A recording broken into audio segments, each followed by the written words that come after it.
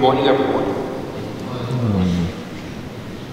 I think we can safely say that for all of us, when we have the opportunity to begin a new year, take it also as an opportunity for a new beginning, fresh start, to be able to look at our life in a new way and please God with His grace and our resolutions, seek to improve it. That is why on New Year's Day, almost all of us make resolutions, which to varying degrees we are successful in keeping. And yet that crossed my mind in preparation for this day, because, my friends, in the eyes of faith, today is New Year's Day. You and I come to begin yet another year of grace in the church. And perhaps we can take a lesson out of our secular handbook and perhaps use this day to make resolutions, to grow in our spiritual life, our relationship with the Lord, and our love for one another. For today is the first day of Advent, that season you and I know celebrates the three comings of Christ. First and foremost, in 4 weeks, you and I will gather to adore the Christ child born in Bethlehem. And so these weeks are meant a time for reflection and penance and the cleansing of our minds and hearts to receive Him worthily.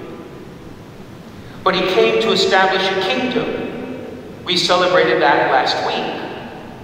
And so Advent also prepares our minds and hearts and our wills to receive Him at the day and hour of His choosing, as we heard in the Gospel from the Lord Himself.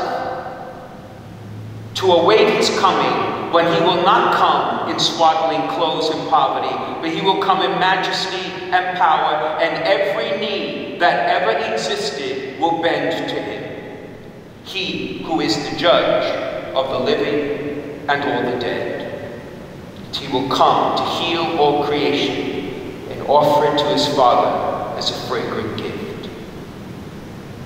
And then, of course, in the in-between time, as you and I walk this journey of faith, we celebrate in Advent, as we do every day of the year, the coming of Christ here on the altar, under the form of bread and wine. He comes to accompany us, feed us, support us, strengthen us in our challenges, to overcome our temptations, to enlighten our minds and give strength to our wills to do good. Why? So that you and I might be co-workers in building up the kingdom that was created and born in Him.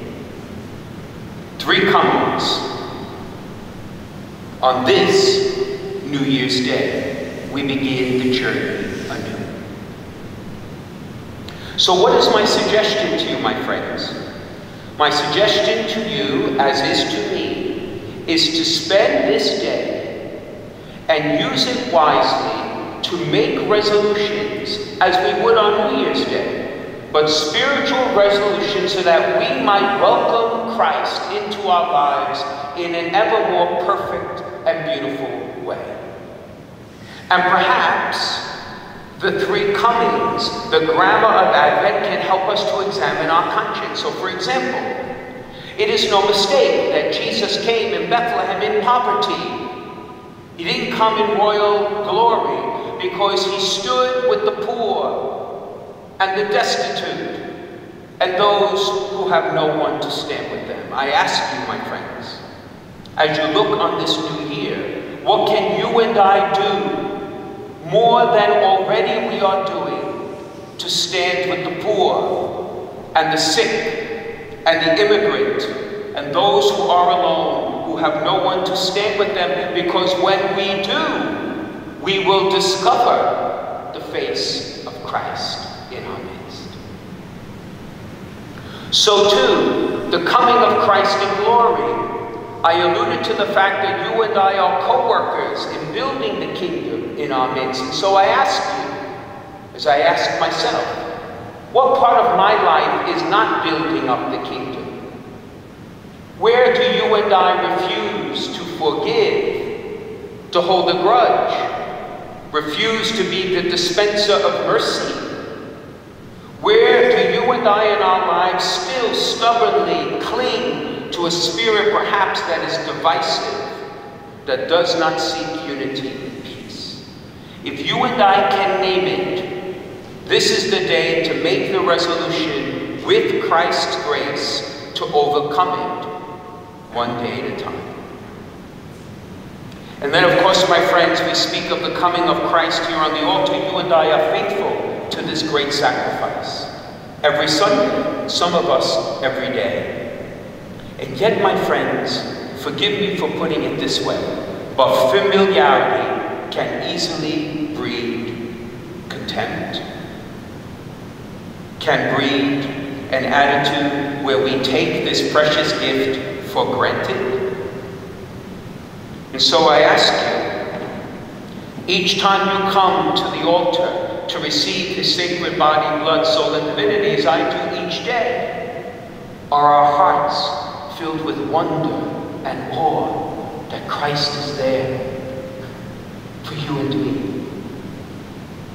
Are we filled with gratitude that the Master of all things comes as food so that you and I might have life? Have we forgotten to bend our knee to Him when we come to church, when we're here in adoration? He comes to us each and every day. What must I do in my life and yours so that we may welcome Him with ever more gracious and grateful hearts? Today is New Year's for us in faith. Let us make a resolution, or perhaps more than one, to use this new year to our spiritual growth and for the love of our sisters and brothers. For if we do, when we come to Bethlehem and we look upon the face of the Judge of all things, whenever that day comes, my friends, we will be far more ready, far more prepared, far more grateful, and far more open to the gift the Lord asks us to accept. That is the gift of eternal life. Happy New Year's.